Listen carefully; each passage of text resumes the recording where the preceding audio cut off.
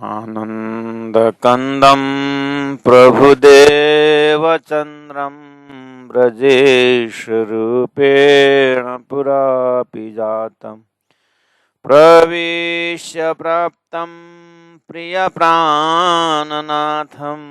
परेशपुरनं सततं नमामि।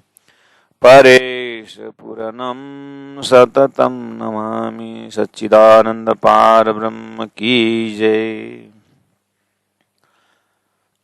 परमादरणीय गीता प्रेमी सुंदर साथ जी भक्तजन महानुभाव, हम प्रवेश हो रहे हैं गीता दूसरा अध्याय और सांख्य योग, अर्जुन विषाद योग से सांख्य योग की ओर हम प्रस्थान किए। और आपको पता है कि बहुत समय से हम लगे हुए हैं आत्मचिंतन और आत्मा पहचान के लिए। जैसे देखा कि दूसरा अध्याय में हमने देखा 1 नंबर श्लोक के 10 नंबर श्लोक तक अर्जुन ने अपनी कायरता की व्याख्या की और भगवान ने 11 श्लोक से दूसरा अध्याय 1 से 10 नंबर श्लोक तक अर्जुन ने अपनी कायरता की व्याख्या की। उसके बाद भगवान ने 11वां श्लोक से असोच्चन्य स्वच्छस्तम प्रज्ञावादम सभाष से लेकर के 30 नंबर श्लोक तक, बहुत लंबा है, सांख्य योग की विषय में बताया। सांख्य योग मतलब गणना, ज्ञान का ही है, गुण संख्यात्मक, कि शरीर में 5 तत्व है अर्जुन, ये नाशवंत है। 14 लोग है, ये नाशवंत है अर्जुन। स्वर्ग में 8 पुरी है, ऐसा वैसा, ये सब नाशवंत है अर्जुन। तो शरीर संसार ये जो व्यवहार है इसको नाशवंत बता करके आत्मा परमात्मा ये चीज जो है अखंड है, जो हमारा ऑलरेडी पूर्व दिमाग में है। इसी ज्ञान को और बारीकी से लॉजिकली ये व्याख्या किया। और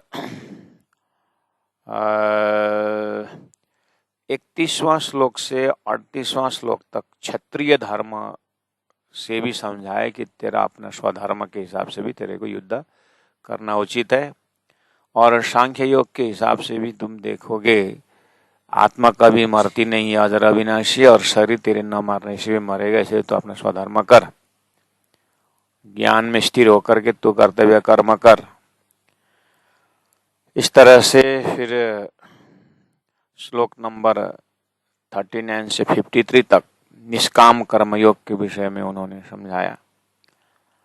और 54 श्लोक से 72 नंबर श्लोक तक, जहां पर अभी हम गुजर रहे हैं, स्थित बुद्धि जो है, स्थिर बुद्धि पुरुष के लक्षण और उसकी महिमा।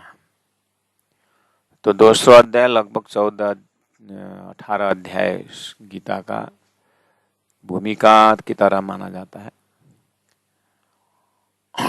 तो अच्छा, तो हम कोशिश कर रहे हैं इसी तरह के लक्षण के विषय में। अर्जुन ने पूछा कि निष्काम कर्म योगी तो आपने बताया, इसका प्रैक्टिकल कैसा स्वरूप होता है।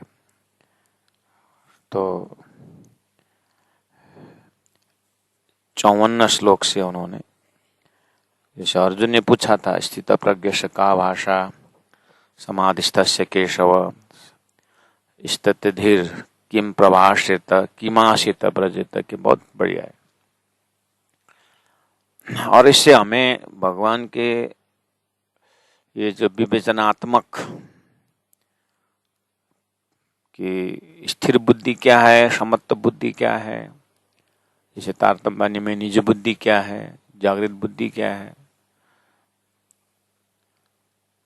तो उससे ऐसा हृदय में हमारा बुद्धि जग जाती है कि मायावी भ्रमित बुद्धि जो नहीं में है बोल के उलझ रहा है, ऐसी बुद्धि थोड़ा होश में आने का होता है। और इसी परिप्रेक्ष्य में हम गुजर रहे हैं। यततो ह्यपि कौन्तेय पुरुषस्य विपश्चितः इंद्रियाणि प्रमाथीनि हरन्ति प्रसवं मनः। श्लोक नंबर 60 में इंद्रियों का प्रबलता शक्ति। तो भगवान ने 59 श्लोक में कहा कि विषया विनिवर्तन्ते निराहारस्य देहिनः। बहुत जरूरी है साधक को कि गुणांग इंद्रियों को विषय से हटाना, लेकिन हटाने मात्र से कोई स्थित प्रज्ञ नहीं होता है। इसीलिए इंद्रियों को जबरदस्ती तो हटा लिया, लेकिन अगर उसके अंदर इच्छा कर तो हटा, लेकिन तृष्णा अगर नहीं मरा, अगर तृष्णा को अगर लॉजिकली प्रतिपक्ष भावना से अगर उससे नहीं हटा तो फिर ये कहीं ना कहीं जा करके फिर ये क्या करने वाला है, दोष, फिर ये दोष कमाएगा, ये गलती कमाएगा ये। इसलिए उन्होंने कहा कि ये रसवर्जम न होने से फिर गुणांग इंद्रिय वही गलती में जा सकती है। कछुआ का दृष्टांत आधा देकर के आधा कहा कि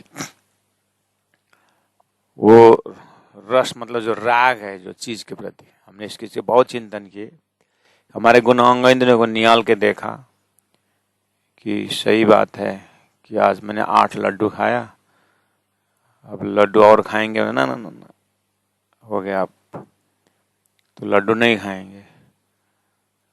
लेकिन दूसरे दिन देखना वो कल का लड्डू है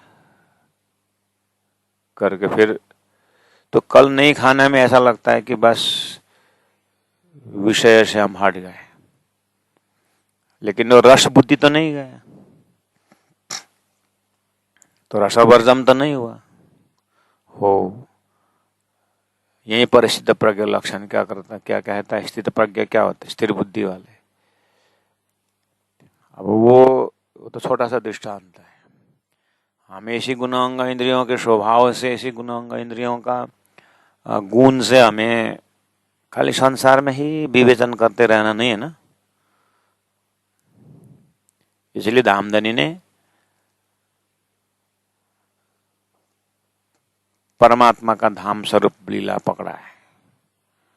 उसी को संकेत करते हुए भगवान श्री कृष्ण ने अध्याय 2 का 59 श्लोक में रसवर्जम में रस अपि अस्य परम दृष्ट्वा निवर्तते, वो जो रस में अटका हुआ या आसक्ति में, काम में, क्रोध में, लोभ में अटका हुआ जो गुणांग इंद्रिय है, उसको हटाना जरूरी है, लेकिन ऐसे हटेगा नहीं। पानी का बहाव जो है, अब इसको नदी को आप बैंड लगा दोगे तो थोड़ी देर वो पानी जमेगा एक जगह, लेकिन बाद में इतना फोर्स आएगा वो पानी का कि वही पानी का स्टोर इतना हैवी हो जाता है कि या तो दीवार तोड़ेगा या आइदर क्रॉस ओवर और it will break the dam.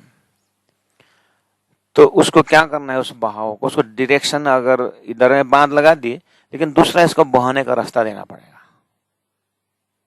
गुणांग इंद्रियों का प्रभाव ही यही है। इसलिए बोलते हैं ना, जब जोश में होश नहीं होता है, बोले तो जोश भी और होश भी हो। तो जवानी की जो शक्ति है गुणांग इंद्रियों की, उन महापुरुषों ने क्या किया, ज्ञान द्वारा उसको उन्होंने, ज्ञान द्वारा उन गुणांग इंद्रिय विषयों से हटाया, लेकिन गुरु कृपा, परमात्मा की कृपा से उन्होंने क्या, होश में रहकर उसको डायरेक्शन चेंज कर दिया। उस रस वर्जम रस अपि अस्य परम दृष्ट्वा उन्होंने हायर फैकल्टी में लगा दिया। उसी गुणांग इंद्रियों को उन्होंने परमात्मा के भक्ति में लगा दी। कर्मयोगी ने निष्काम कर्म योग में अपना समय बिताया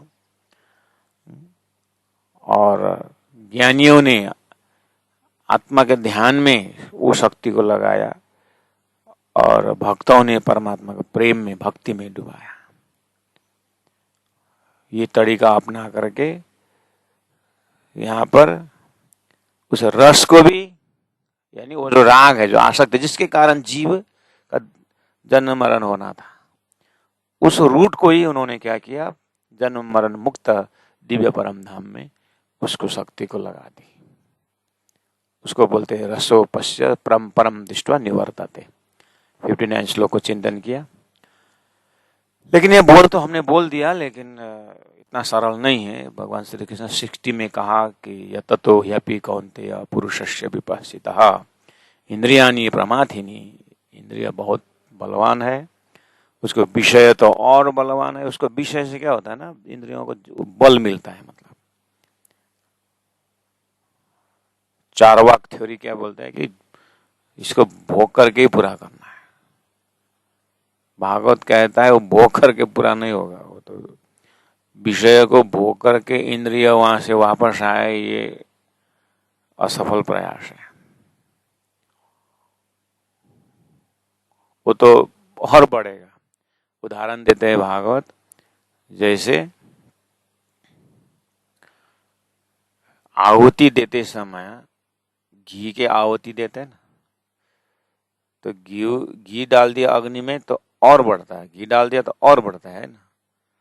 वो ऐसे ही गुणांग इंद्र ऑलरेडी अधोगति, उसको विषय मिला तो और अग्नि लग जाएगी, तो जीवन समाप्त, आगे नया जन्म, फिर कभी एंडिंग नहीं होता है। इस तरह से भागवत का ज्ञान बोलता है और भागवत का प्रेम बोलता है। इसीलिए तुम क्या काम करो, उस शक्ति को परमात्मा ने दिया हुआ ही है, उसको परमात्मा में लगा दो। इसलिए उन्होंने ब्रज लीला, रास लीला, परम धाम की लीलाएं ऐसी व्याख्या की परमात्मा ने उस शक्ति को लगाने के लिए। नहीं तो इंद्रियानी प्रमाथिनी हरंती प्रसवम मनः, इसको जबरदस्ती लेके जाएगा। इसलिए गुरु जी मंगलदास जी ने साधकों को कहा करते थे कि ब्रह्मचारियों को अकेले में नहीं बैठना चाहिए, ऐसे बोलते। गुरु जी की सूक्ति है, ब्रह्मचारियों को अकेले, ब्रह्मचारी मतलब ब्रह्मचारी ब्रह्मचारिणी सब की बात है। फिर मतलब साधक को जो हायर फैकल्टी में जुड़ना चाहते हैं उनको अकेले में नहीं रहना चाहिए, ऐसा बोले।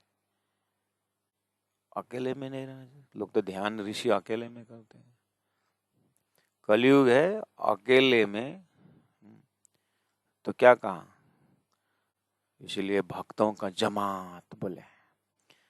जब तक गुनाह इंद्र अपना बस में नहीं रहता है, उसको पता चल रहा है कि ये बलवंती है, मुझे खींचा जा रहा है, तो उसको उठा के जमात में फेंक देने का, यानी भक्तों के जमात में, सत्संग में। इस तरह से इन द बिगिनिंग स्टेप उसको ज्यादातर भक्ति में, भजन में, जमात में लगाना चाहिए। धीरे धीरे उस जमात से, भक्त उस प्रवचन से या उस ध्यान से, जब उसको गुनाह इंद्रिय कंट्रोल में रहता है, तब फिर जैसे अकेले आप डाइविंग करने जाओगे तैरना, तो अकेले में तैरोगे तो मरोगे ना। तो गुरु के सानिध्य में, सदगुरु देवचंद्र जी महाराज हरिदास जी के पास बैठते थे, और हरिदास भी होशियार और ये भी खबरदार। अभी तक में आप देखें तो पूरा पूरा गुरु के साथ रहे हो। ऐसे ही साधक को अकेले में नहीं रहना चाहिए, मतलब अकेले में नहीं रहना चाहिए। तो रहना है तो गुरु के पास रहो, गुरुकुल में रहो, गुरु के सानिध्य में रहो। जब तुम्हारा ऊपर वाले जब बख्शिश कर देंगे, तो गुनाहों इंद्रिय में जब प्रकाश, एवरी उसमें जब प्रकाश उदय होता है, फिर तुम स्वतंत्र विचरण कर सकते हो। उस ध्येय से बोल रहे। इसीलिए ये जो यततो अपि कौन्तेय पुरुषस्य विपश्चितः जो है, आसक्ति नाश न होने के कारण प्रमाथिनी इंद्रियानी यततः विपश्चितः बुद्धिमान पुरुष को, मन को भी खींच लेता है। आप देखो ऋषियों का, कौन से ऋषि वो मानदाता के श्रृंगी ऋषि होगा, 50 लड़की शादी करके लेके गए, जबकि उन्होंने अपने सिद्धि से उन्होंने क्या किया था, बूढ़े हो चुके थे तप करते करते, लेकिन अकेले में बैठे। मछलियों का प्रणय लीला जब उसने देखना शुरू किया, तो उसके हृदय में वो पुराना अंकुर रख गया, अरे शादी करनी चाहिए, करके निकल गया। मानदाता गया, 50 लड़की की शादी की, अब ऋषि है, अग्नि में जला देगा करके उसने। लड़कियां खुश है तो शादी करो ऋषि जी, हमको कोई हर्ज नहीं। तो उनको था ये बूढ़े से कौन बरमाला पहनाएगा। तो बूढ़े को अंदर रख दे, लड़कियों को बोले जाओ ऋषि जी आए हैं, अगर मन पसंद है तो बरमाला पहना दो। एक एक लड़की छोड़ दी राजा ने, उस कमरे से कोई बाहर निकलता ही नहीं। क्या बात है, वहीं रुक गए सब, वहीं रुक गए सब। देखा तो सभी ने वही उनको बरमाला पहना दिया ऋषि को। इसे बूढ़े हड्डी और चाम है, बस इसको बरमाला पहना दिए। जाके देखा तो वो तो विष्णु का स्वरूप होकर बैठा हुआ है। तो विष्णु का स्वरूप इतना सुंदर तो कौन छोड़ेगा, सब बरमाला पहना दी। तो ये कहाँ अकेले में थोड़ा सा मछली का वो देखा था उसमें बस। ऐसे कितने सारे, मार्कंडेय ने तो 3 बार माया को जीते बोले, लास्ट में भगवान ने एक ही बात में पछाड़ दिया। जैमिनी ऋषि की कहानी में देखिए, व्यास जी का शिष्य है, गुरुदेव आपकी माया कुछ नहीं बिगाड़ सकता। व्यास जी कुछ नहीं बोले, चुपचाप बैठे। प्रबंध ऐसे कर दिया, जैमिनी प्रचार क्षेत्र में निकले ब्रह्म ज्ञान देते हुए। तो एक कुटी बना के बैठ गए जंगल में, और बरसात का समय एक लड़की भीगी हुई वस्त्र में आ गई, बहुत कांप रही है। ऋषि जी मुझे यहाँ से थोड़ा दूर जाना है, लेकिन बरसात हो रही, भीग गई हूँ, मैं थोड़ी देर रुकूं। ऋषि ने बोला रुको। और बाहर बैठे होते, अंदर धुनी लगा के बैठे हुए, ठंडी है। तो ऋषि के ऊपर दया आया,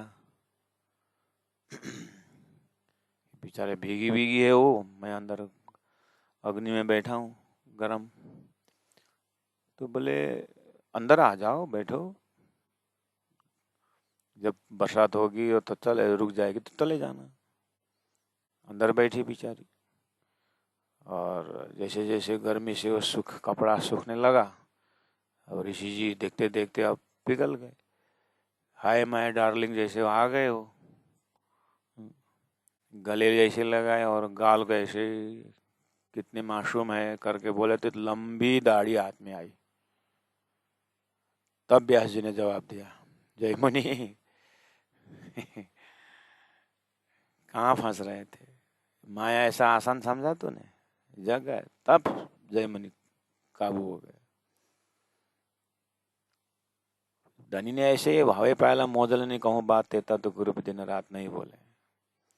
ये तो सब माया का स्थूल है, ये तो उसका राग द्वेष आसक्ति वो अंतरंग लीला और है माया की।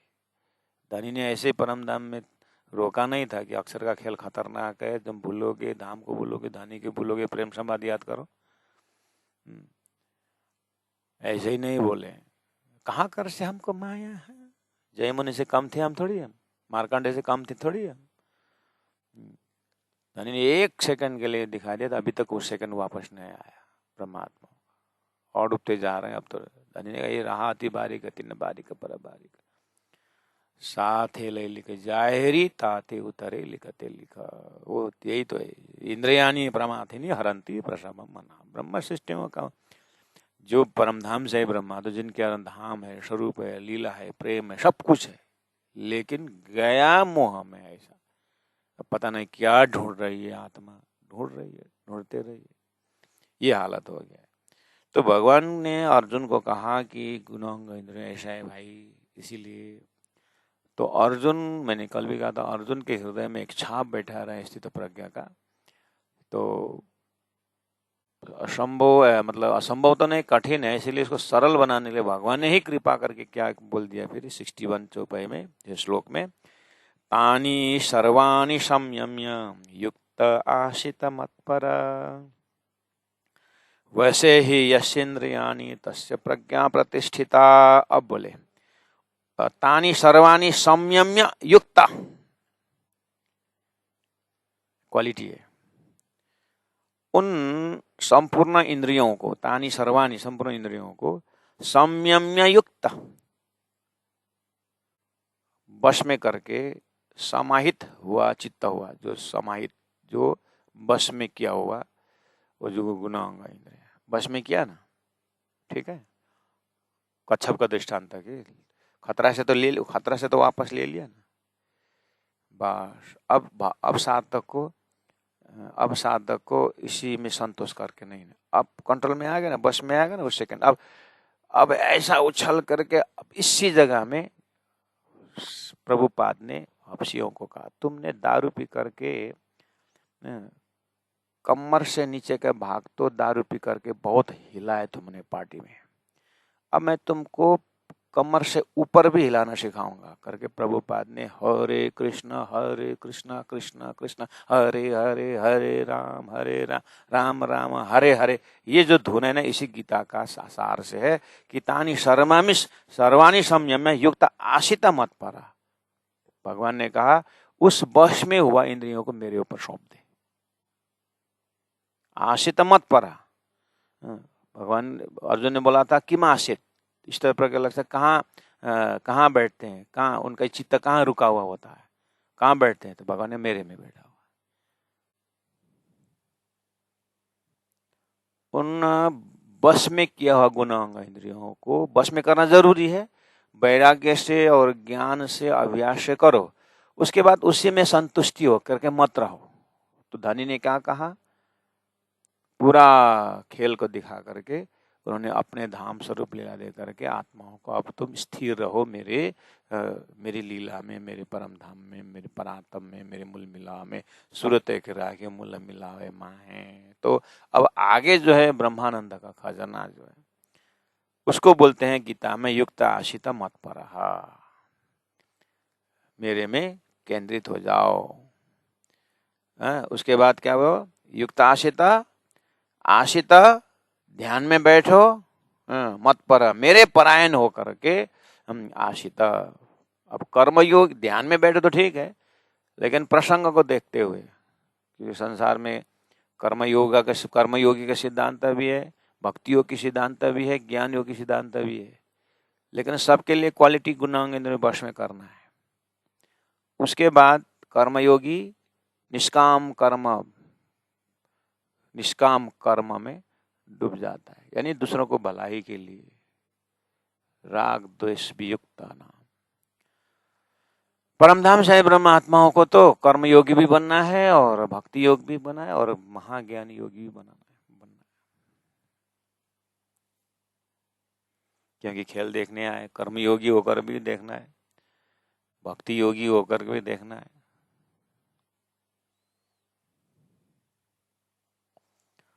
तो युक्त आशिता मत परा मतलब ध्यान में बैठो सीधा, तो उसमें, लेकिन अब यहाँ चैप्टर प्रसंग जो है सांख्य योग के अंदर है। अब इसी को भक्ति योग में जब जाएंगे, भगवान कहते हैं अब मेरी भक्ति में डूब के रहो। तो ध्यान में बैठो मतलब कर्मयोगी निष्काम कर्म योग में लग जाओ, ज्ञान मार्गी विवेचन के साथ अब भगवान के गुण में डूब जाओ। इस तरह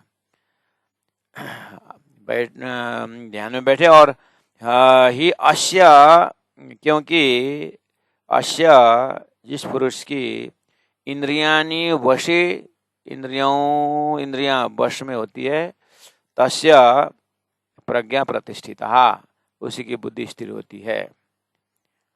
तो गुणांग इंद्रिय विषय से हटा दिया, उसके बाद उसको अब खाली मन शैतान का घर, इसलिए अब जल्दी जल्दी उसको मत पराहा, अब ब्रह्म में केंद्रित कर दिए।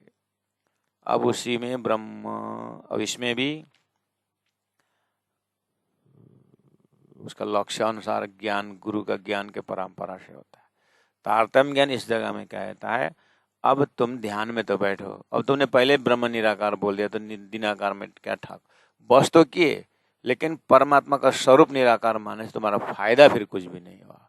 अब फायदा जाने के बाद तारतम्य ले आया, अब तुम उसको ब्रह्म का परमात्मा परम ज्योति उस ब्रह्म धाम में अब उसको केंद्रित करो। अब अगर गुणांग इंद्रियों में इतनी ताकत है माया में जाने की और इतना उसको लिप्सा लगा हुआ है, अगर ऐसा है तो उसके लिए 60 नंबर श्लोक में बताया। उसका तरीका बताए कि मत परा हो जा, आशित मत परा, मेरे में डूब जाओ, परम धाम में ध्यान लगाओ, चिंतन लगाओ, है ना। लेकिन गीता की चिंता ये भी है, क्या जरूरत है मेरे में बस में बसने तो हो जाएगा, ऐसा लगता हो तो नहीं। श्लोक नंबर 62 में कहा, अगर मत पारा नहीं हुआ, अगर सूरत के राखे मूल मिलाए माहे नहीं हुआ, अगर हम ब्रज के प्रेम में नहीं नाचे, बंसी के नाद पर रास में नहीं नाचे, हाँ, और हम अगर थोड़ा सा भी थोड़ा भक्ति उदय होने के बाद अगर गांव के मंडली में नहीं नाचे, मंदिर में वार्षिक उत्सव में जाकर नहीं नाचे, अगर मेरे सागर पाठ करके नहीं बैठे, नहीं ऐसा कुछ हुआ, तो अगर उसमें नहीं गए तो फिर देखना है कुछ भी फायदा होने वाला नहीं। इसीलिए उसके बाद क्या होगा, उसके बाद माया इतना आसान है क्या, ध्यायतो विषयान पुंसः संगस्तेषुपजायते, संगात समजायते कामः, कामात् क्रोधो विजायते, क्रोधात् भवति सम्मोहः, सम्मोहात् स्मृति विभ्रमः, स्मृति भ्रंशात् बुद्धिनाशो, बुद्धिनाशात् प्रणश्यति। यही होगा। अगर राज्य में ध्यान नहीं लगाए, संसार तो हटाया, लेकिन राज्य में ध्यान नहीं लगाया तो ऐसा होगा। क्या होगा, ध्यायतो विषयान पुंसः, पुंस मतलब पुरुष, साधक, ध्यायात चिंतन करने वाले, किसका, विषयान, विषय का। फुर्सत तो मिली थी गिनोगे तो, लेकिन परमात्मा में ध्यान न लगाया तो अब ध्यान तो कहीं ना कहीं तो लगेगा। कहाँ लगेगा, विषय में लगेगा। कत्ती लौकी मत रहे हो, कत्ती लौकी मत रहे हो, सब्जी खाली लौकी, खाली लौकी। इसका मतलब जीवा में क्या बैठा हुआ है, स्वाद बैठा हुआ है। इसलिए को आवे रहे इसको ये। अब वो स्वाद अगर भजन में लग जाता, प्रसाद को महत्व समझता, तो सामने कुछ भी उसको प्रसाद दिखाई देता। लेकिन नहीं, जन्म जन्म से स्वाद लेके आया जीवा ने।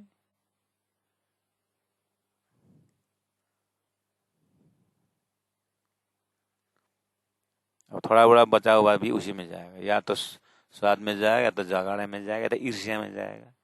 गुरुजी ले खाली उसले मते भाई काम छैन अरू। मायाको बजार यो फेरि नदेखाओ, धनी फेरि नदेखाओ। ध्यायतो विषयान पुंसः, पुंस मतलब पुरुष, साधक क्या करेगा, विषय का ध्यान लगाएगा। अब विषय का ध्यान लगने से क्या होगा, संगस्तेषु उपजायते, तेषु मतलब उसमें जिसको ध्यान कर रहे हैं, उसी में संग मतलब आसक्ति, संग का अर्थ होता है आसक्ति। उपजायते मतलब उत्पन्न होता है, और जिसको ध्यान करेंगे उसका तो होगा ना, नहीं। कुछ नहीं, एकांत में बैठना बोलेगा यही है। लक्ष्मीदास बाबा जी विद्यार्थियों को बोलते थे, दीनदयाल गुरु जी हमें बाबा जी का शब्द बोलते थे कि जैसे ये जो चित्र होता है, खतरनाक खतरनाक चित्र होता है ना किताबों में, उसको देखना मत। स्वामी चिन्मयानंद मिशन में जब मैं 2.5 साल रहा, हमारे उस समय तो मोबाइल तो था नहीं, लेकिन बाहर के लोगों से बात करना भी 2.5 साल नहीं देते थे। बाहर के लोगों, खाली साधक साधक के अंदर बातचीत हो, वो भी बहुत कम, नहीं तो वॉचमैन को एकदम रहे तो कौन वाइट ब्रह्मचारी बाहर के लोगों से ट्रांजेक्शन में आएगी नहीं। उस समय में शायद भारत के प्रधानमंत्री राजीव गांधी, हाँ राजीव गांधी साउथ में कहीं मर गया ना। भारत के प्रधानमंत्री मर गए। सांदीपनि में हमारे बैच के स्टूडेंट को 15 दिन बाद पता चला, बम्बई जैसी जगह में। आप बताइए किस तरह से सुरक्षा देकर रखे होंगे संस्था ने। आप विचार, जो 64 जने जो हैं स्टूडेंट, उनको किसी से मिलना जुलना नहीं है, उनको खाली विषय वस्तु में, अपने ध्यान साधना में, अपने चिंतन में, फॉरेन पार्टिकल घुसने नहीं दिया। आप विचार करिए, भारत के प्रधानमंत्री, देश के प्रधानमंत्री मर गए, मारा गया, जो भी है, लेकिन उन साधक को पता ही नहीं चला। 15-17 दिन बाद पता चला। वो भी एक विद्यार्थी हिंदी समझता था वेस्ट इंडीज का। वो जो गुरु कुटिया में जो गेट के बगल में था, वहां था, वो ध्यान कर रहा था। वहां पर 2 वॉचमैन थे, वो बात कर रहे थे हिंदी में। तो ये वेस्ट इंडीज वाला, इसको पता चला कि ऐसा ऐसा बात कर, तो उसको ध्यान में वो सुनाई दिया कि 2 वॉचमैन क्या बात कर रहे हैं, भारत के प्रधानमंत्री मर गया, क्या क्या बोल रहा है। तो ध्यान टूट गया, तो वो आ गया हॉस्टल में। उसने थोड़ा सा ऐसा ऐसा वॉचमैन बात, कुछ भारत में, देश में कुछ गड़बड़ है क्या करके फट फट फट फट फट ऐसे बात चली। तो एक आचार्य जी के नजदीक का ब्रह्मचारी था, जो पहले से साउथ से ही था, तो उसको तो आचार्य जी एक फ्रेंडशिप जैसे था। तो उसने, आचार्य जी हॉस्टल में तो ऐसा हल्ला हो रहा है, हु केम इनटू द आश्रम, बाहर से कौन अंदर घुस गया, या अंदर वाले ने किसके साथ बात की, बहुत खुलदुली चली। तो ब्रह्मचारी ने बोला कि हम ध्यान में थे, ऐसा। तो उन्होंने वॉचमैन को भी बैंड कर दिया, तुम लोग लाउड स्पीकर के क्यों बात कर रहे हो आश्रम में, तुम्हारी आवाज कैसे ब्रह्मचारी ने सुनी। उनके ऊपर भी कर्फ्यू लगाया जाता था। तो इसका मतलब मिशन ने जो हिमालय में जो वातावरण है, उसको शहर के बीच में क्रिएट करने की कोशिश की है, जिसका फलस्वरूप आज इतने जो है समाजसेवी संत उस मिशन ने खड़ा किया है। तो उसी कॉन्सेप्ट का है ये श्री कृष्ण प्राणी साधनालय, प्राणध्वनि प्रशिक्षण केंद्र को हमने उसी कॉन्सेप्ट से ले आया हूँ। इसलिए आज जितने भी प्रचारक जो कर रहे हैं, कॉन्सेप्ट तो मैंने वही ले आया था, लेकिन हमारे में बहुत सारे ऐसे होल है। 10 गुना अंग इंद्रिय तो अपना है, सामने वाला का 10-20 हो गया, बगल वाला का कितना हो, 10-30 हो गया, और लेफ्ट हैंड साइड को 30 कितना हुआ, 60, पीछे वाला को और 10। इतने सारे होल में कौन परम धाम। इसीलिए गुरु जी ने कहा है, मेहर सागर तो बोलते हैं, मेहर तो हो गया, लेकिन छेद वाला बटन लीक हो जाता है। यही हालत है हमारी। धनी ने धना तो बहुत लिया, पर लिया ना हरामखोर, मतलब अंदर आके जम करके बैठा नहीं। हम स्वयं छिद्र खड़ा करते, जबकि अपने आद्य प्रवर्तक सदगुरु महाराज ने सारा बाहर की व्यवस्था को अंदर उन्होंने कंट्रोल किया। महामति प्राण जी स्वयं ने अपने गुण अंग इंद्रिय को हटा करके इकट्ठा किया। ऐसे सीरियस साधक आज हम हैं, खुद मैं हूं इतना सीरियस साधक कि गुण अंग इंद्रिय से अपने हटा करके, क्यों नहीं हम। एक तो राज्य की वाणी भी हमने ध्यान से नहीं दिया, नहीं लिया, 18,000 वाणी है करके मुक्ति बोलते रहे, और न गीता शास्त्र वेद भागवत के हमने साधना किया। इसलिए सस्ता में मिल गया ना दिव्य वाणी, इसलिए पात्रा ठीक नहीं, उसे लीकेज हो रहा है। लीकेज होने में यही कारण है। नहीं तो उसको जमा के रखना चाहिए ना। दधी सागर की व्याख्या करते परम धाम में, दधी जमा हुआ, हृदय में वो प्रेम जमा। थोड़ा होता है खर्चा करने का तैयार, थोड़ा होता है खर्चा करने का तैयार। गुण अंग इंद्रियों से खर्चा ही होना है।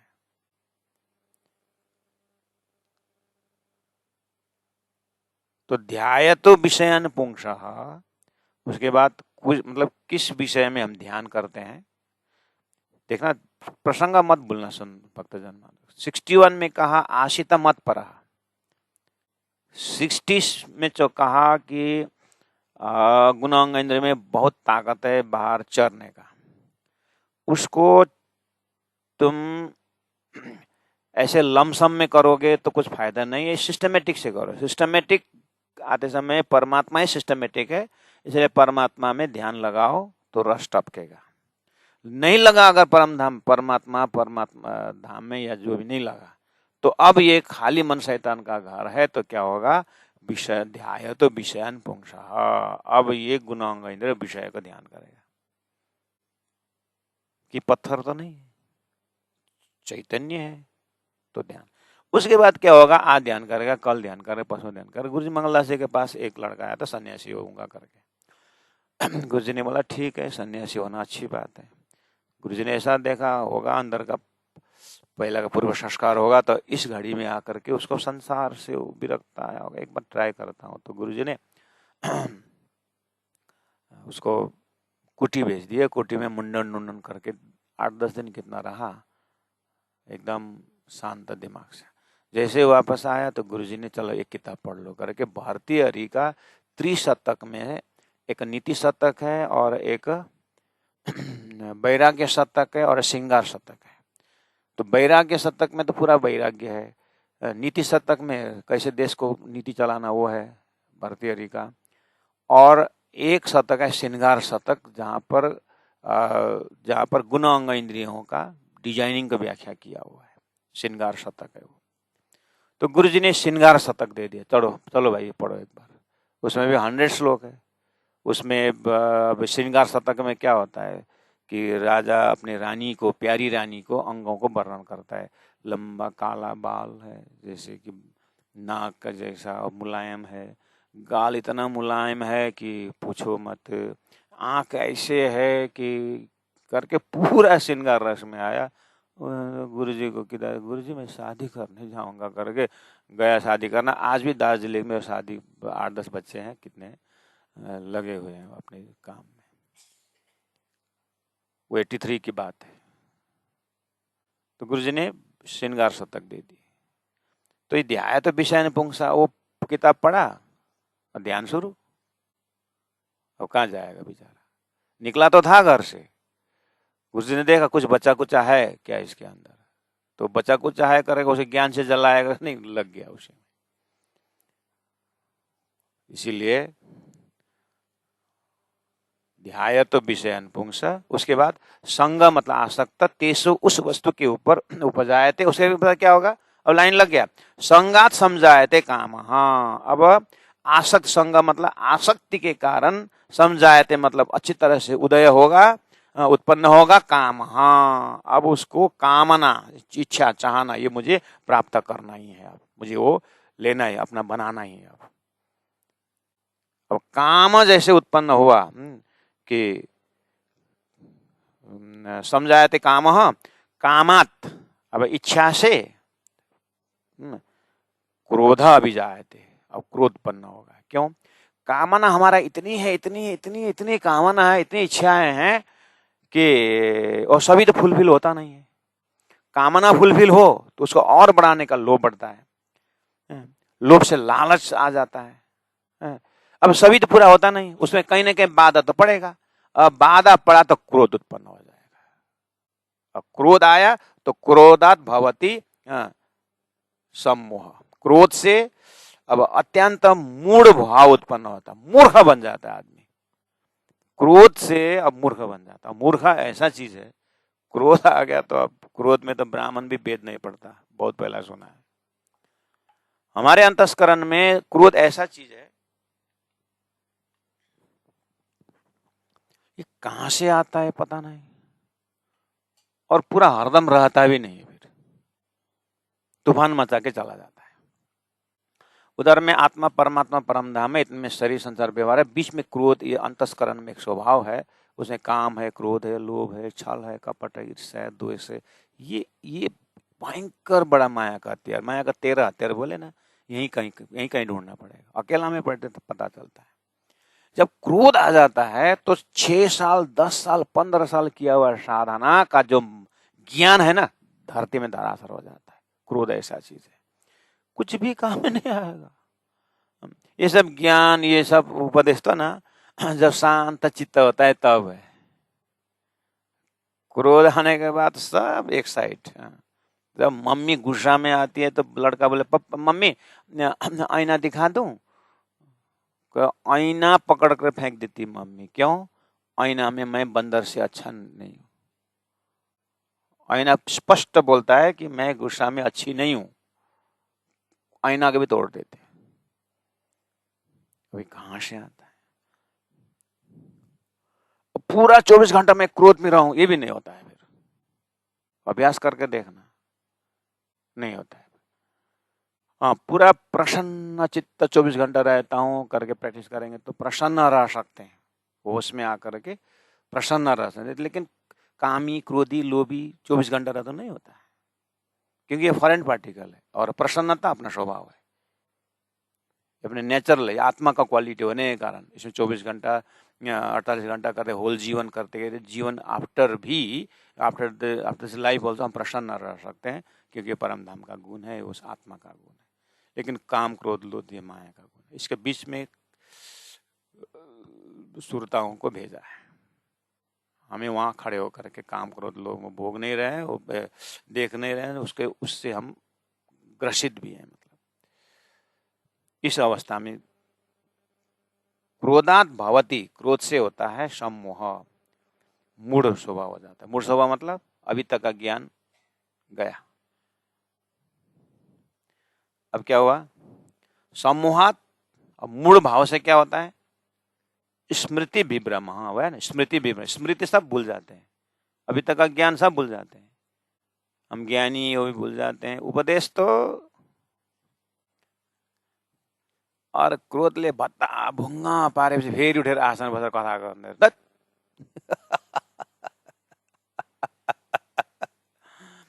क्रोध में घर सर तोड़ दिया सारा, इतना नहीं, कुलाड़ी चलाड़ के लोग हत्या भी करते हैं आपस में। क्रोध हुआ तो भाई ना भाई देखता है, ना बहन देखता है, ना माँ बाप देखता है, क्या नहीं, जेलों में जाके पूछिए, जेलरों के जहाँ जाके पूछिए आप तुम क्यों कारण से आए? कारण तो कुछ नहीं था, तो क्या हुआ? बस मैंने पत्नी को ऐसा बोला, उसने ऐसा बोला, हमने कुल्हाड़ी उठाया और मरी गई, 20 साल से जेल में। तो बोलता है अगर ना कुछ समय में क्रोध नहीं आता होता तो मैं आज ये अवस्था है। रोते हमने संदीपनी होते कितने जेलरों के पास जाकर के इंक्वायरी की। ज्ञान सभी तरह से लेना चाहिए सुंदर साथ जी।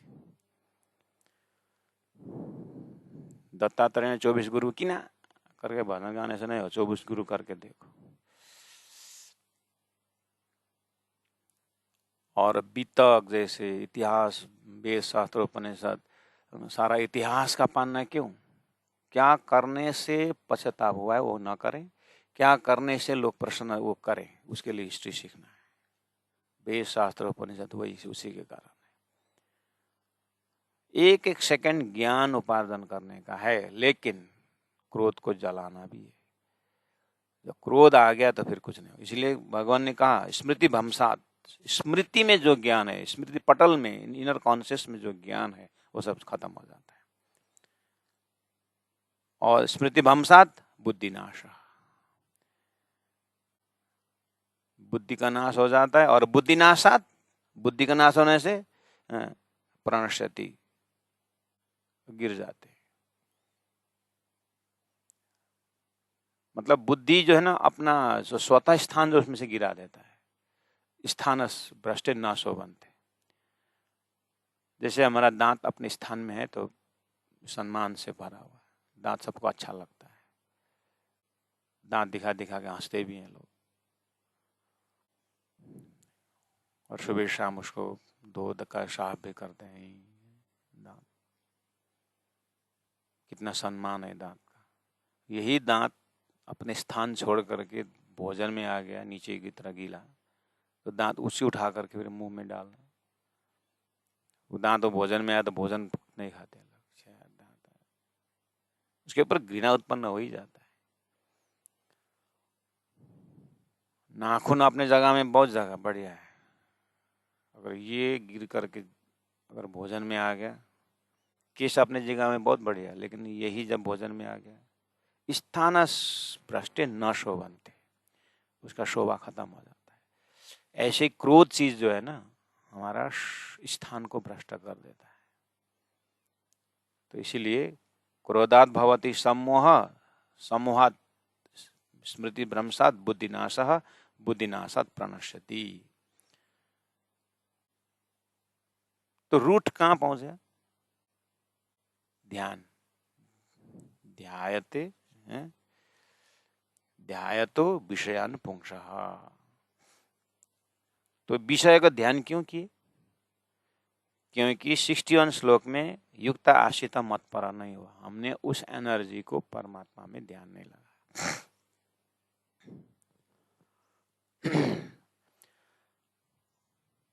अब इस फॉर्मेट को हमें ये 62 63 को ऐसा जिम्मेदारी लेना नहीं। ऐसा जिम्मेदारी मतलब संग से उपजाए थे उसे संगात समझाया था, काम ऐसा नहीं करना, कामात क्रोधो बीजाते नहीं होना है, क्रोधात भवति सम्मोह मूड नहीं होना है, और सम्मोहात बुद्धि स्मृति विभ्रम स्मृति भंसात, स्मृति जो परम धाम के हमारा परात्म के स्मृति उसको भस्म करना नहीं है। अब क्योंकि स्मृति भ्रंशात बुद्धिनाश, बुद्धि का नाश होता है, बुद्धिनाशत प्रणश्यति, मेरा पूरे ही 84 लोग जाना हो जाता है और मेरा पूरे ही पर्सनैलिटी बर्बाद हो जाता है। इसीलिए मुझे अब ये सब करना नहीं। मुझे धनी ने परम धाम दिए, सूरत के मूलम मिलाए माँ है, परम धाम ने राज्य के श्रृंगार दिए, मूल मिलावा दिए हैं, 64 थम्बत दिए हैं। मतलब एक जो भी एक ध्यान धारणा अपना जो दिया है, तारतम बानी दिए, इसको पढ़ते रहें, वितक दिए उसको, प्रन्ना जी का जीवनी को याद करते रहें, सदगुरु के जीवनी को याद करें, उनके तपस्या को याद करते रहें।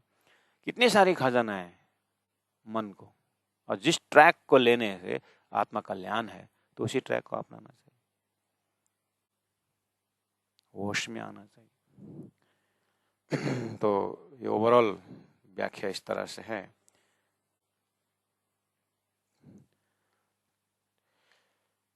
तो श्लोक नंबर 64 में चलते हैं। ध्याय तो विषयान पुंसः, ये डाउनफॉल है और इसको प्रैक्टिकल दिए हुए हैं। थोड़ा सा और आगे जाकर के एक बार फिर समराइज कर देंगे, बाद में करेंगे। राग द्वेष वियुक्तैस्तु विषयानिन्द्रियैश्चरन् आत्मा वैश्यर्विधेयात्मा प्रसादम अधिगच्छति, प्रसादम अधिगच्छति। यहाँ मुख्य है प्रसादम अधिगच्छति, मतलब प्रसादम प्रसन्नता को प्राप्त करता है। कौन?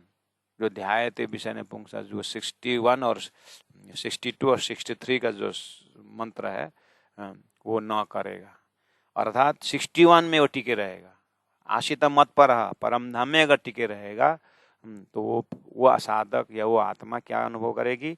प्रसादम अधिगच्छति, जीवन में प्रसन्नता ही प्रसन्नता आएगा यदि वो इस तरह से अपने ध्यान धारणा को परमात्मा में टिका रहेगा। कैसे टिकाएगा? कैसे टिक रहा उसको? बोले राग द्वेष वियुक्तैस्तु, राग द्वेष युक्तै इंद्रियई और विषयानिंद्रियश्चरन् और आत्मा वैश्यर विधेयात्मा। तो मेन वर्ड है विधेयात्मा। विधेयात्मा मतलब अपने अधीन किए हुए अंतकरण वाला साधक, गुणांग इंद्रियों को अपने बस में किया हुआ साधन साधक, वो है विधेयात्मा। और दूसरा आत्मा वैश्यी, अपने बस में की हुई राग द्वेष वियुक्त, राग द्वेष से रहित इंद्रियई, राग दोष न हो इंद्रियई द्वारा विषयान, विषयों में चरण विचरण करता हुआ भी प्रसादम अधिगच्छति, प्रसन्नता हासिल करता है। क्या डिफिकल्ट स्टेटमेंट बना दिए। हमने तो एक बार सोचा था कि ये प्रश्न किम ब्रजेत किया था, प्रश्न क्या था, कैसे वो चलता है करके बोला था, कैसे घूमता है, शीत प्रज्ञ कैसे घूमता है बोला था, उसका उत्तर है। यहाँ आया कि चरण शब्द है, चरण मतलब विचरण करता है, विचरण करता हुआ, बोले आपको पता है ना, ब्रजराज होकर के जागनी में आ गए। अब जागनी के ब्रह्मांड में हाथ बांध के तो बैठना नहीं होता है।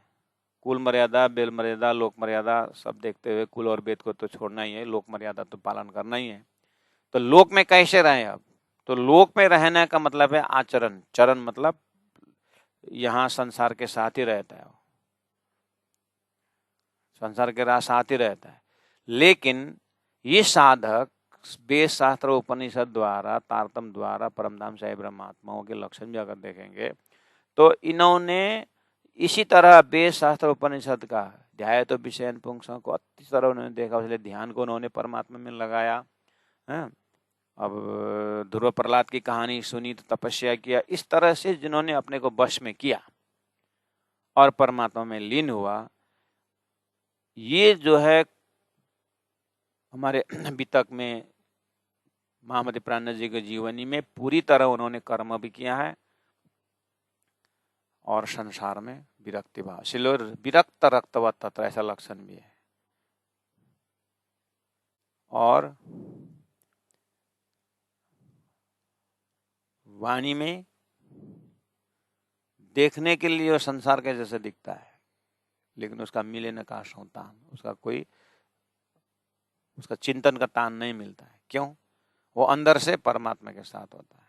इसीलिए क्या बोला कि विधेयात्मा अपने अधीन गुणांग इंद्रियों को हमने बस में रखा है, और आत्मा वैसे अपने बस में की हुई राग द्वेष ही, राग द्वेष वियुक्त ही, राग द्वेष रहित, गुणांग न राग है न द्वेष। राग के हमने बहुत बार व्याख्या करके आए, राग मतलब आसक्ति और द्वेष मतलब सिंपल वर्ड है, मुझे एक चीज चाहिए, उस चीज को मुझे पाना ही है, ऐसा हुआ तो उसके प्रति राग उत्पन्न हो जाता है।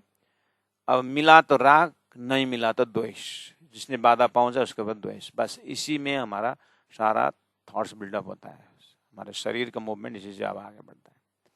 लेकिन जिसका राग ही नहीं हो उसको द्वेष भी ना हो, ये कैसे हो सकता है?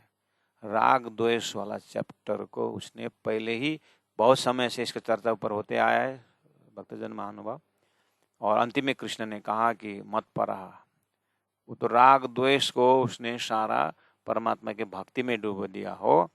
तो इस तरह से मुक्त है, राग द्वेष से मुक्त हुआ उस विषय, वो ऐसे आदमी, ऐसे व्यक्ति से साधक विषयांचरण, विषय में जा संसार में काम करते हुए भी प्रसादम अच्छी प्रसन्नता हासिल करता है। क्यों? जो कर्म योगी, अब ये फॉर्मेट है, इसके ऊपर आप कर्म योगी का फार्मूला डाल दीजिए और भक्तों का फार्मूला डाल दीजिए, ज्ञानी का फार्मूला डाल दीजिए। ये तो एक फर्मा है, इसके ढांचा में, ये ढांचा है, ढांचा में डाल दीजिए। कर्मयोगी के ढांचा में जाएगा तो क्या करे? पूरी तरह 8 घंटे से 16 घंटा काम करेगा वो, लेकिन अपने लिए नहीं करता। वो पहले ही जागा हुआ है गुणांग, वो तो दूसरों के लिए करता है, सेवा करता है, और फल के आसक्ति, फल में उसका आसक्ति नहीं, राग ही नहीं है, तो उसे अच्छा काम होगा ही।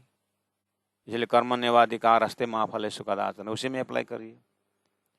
अब भक्ति के डिजाइन में है, वो जो भी करेगा भगवान के लिए करेगा, इसलिए उसको प्रसन्न होना ही है, क्योंकि उसको राग द्वेष से कोई मतलब नहीं। कौन निंदा करे, कौन प्रशंसा करे, उसको कोई मतलब नहीं। वो सारा एनर्जी उसने अच्छा काम भगवान की सेवा के लिए कर रहा है, परमात्मा की सेवा के लिए कर रहा है, इसलिए वैसे भी उसको प्रसन्नता, प्रसादम अधिगच्छति तो होना ही है। और ज्ञानी जो है वो अपना गुना से बर्तनते, उसको प्रारब्धम पुष्यति बपु, प्रारब्धम ने अच्छा काम किया, बुरा काम किया, प्रारब्ध भोगता है, प्रारब्ध हमको क्या लेना, हमारा तो ब्रह्म चिंतन करना है, वो तो उसी में लगा, तो प्रसादम अधिगच्छति, वो तो प्राप्त होना ही। इसलिए पहला वाला जो भी फार्मूला है उसको यहाँ डाल करके 64 चौपाई में, ये तो ढांचा है, इसे ढांचा में डालकर, जैसा ढांचा है वैसे ही आकार लेगा ना, है कि नहीं? तो ऐसे प्रसादम अधिगच्छ, ऐसे स्थित प्रज्ञा लक्षण को हरदम प्रसन्नता रहता है। ये मैंने ओवरऑल एक श्लोक के ऊपर प्रकाश डाला हूँ, ताकि एक ही साथ और गहराई में डिटेल में जाने से समझ में नहीं, इसलिए ओवरऑल पहला श्लोक फेमिलियर हो जाए। 65 में देखिए, प्रसादे सर्व दुखानाम हानिरस्योपजायते प्रसन्नचेतसो ह्यासो बुद्धि पर्यवतिष्ठते। प्रसादे सर्व दुखानाम, प्रसाद यानी अंतस्करण की प्रसन्नता होने पर, ऊपर प्रसादम अधिगच्छति है। अब ऐसा प्रसन्न चित्त वाले सर्व दुखानाम, संपूर्ण दुख कोई वो क्या करता है, दुखों को ही वो हानि अभाव को उपजायते हो जाता है, और प्रसन्न चित्त वाले कर्मयोगी की बुद्धि ही सब ओर से हटकर एक परमात्मा में ही भली भांति स्थिर हो जाती है। आशु शीघ्र ही और पर्यवतिष्ठते, परमात्मा में स्थिर हो जाता है। प्रसन्न चित्त होना ही स्वभावतः उसका बुद्धि स्थिर हो जाती है और उसे परमात्मा के भक्ति में लीन हो जाती है। इसका मतलब मेन कड़ी कहाँ आ रहा है, ध्यान परमात्मा में न होने से विषय में जाएगा, विषय में गया तो वो डाउनफॉल स्टेप चला जाएगा। अगर वहां नहीं गया, उधर वहां से रोक दिया तो उसको होश पहुंचा के उसको परमात्मा में लगाया तो प्रसादे सर्व दुखानाम प्राण ने तो दुख रे प्यारे मेरे प्राण को शो में लिए बुलाया। उन्होंने हाईएस्ट फिलोसॉफी में परमात्मा से तो हमने दुख मांगा है करके उसको सोल्यूशन एक ही साथ कर दिए। लेकिन गुणांग इंद्रियों को समझाना चाहिए उस स्टेट को समझने के लिए, उस स्टेटमेंट को समझने के लिए। तो क्या मिला, सर्व दुखानाम हानि, सर्व दुखानाम हानि मतलब संसार में जो भी दुख है, जिसके दुख होने के कारण जो द्वेष पैदा होता है हृदय में, हमें अभाव महसूस होता है तो हृदय में दुख पैदा होता है। यहाँ बोले दुख ही उसका अभाव होता है। अस्य सर्व दुखानाम हानि, यानी हानि उपजायते, यानी दुख का अभाव उत्पन्न होता है। लगा प्यार फकीरी से, हम क्या बोल रहे हैं, जिसको फकीरी में जिनको प्यार है, ऐसा ही ये उल्टा है। उसको दुखों को उसके अंदर में ढूंढोगे आप, ऐसे प्रसन्न चित्त वालों के हृदय में ढूंढोगे, दुख है ही नहीं, मतलब दुख का अभाव है उसको। इसका मतलब प्राण जी का वो प्रकरण हम याद करें, दुख रे प्यारे मेरे प्राण को सो में लिए बुलाए।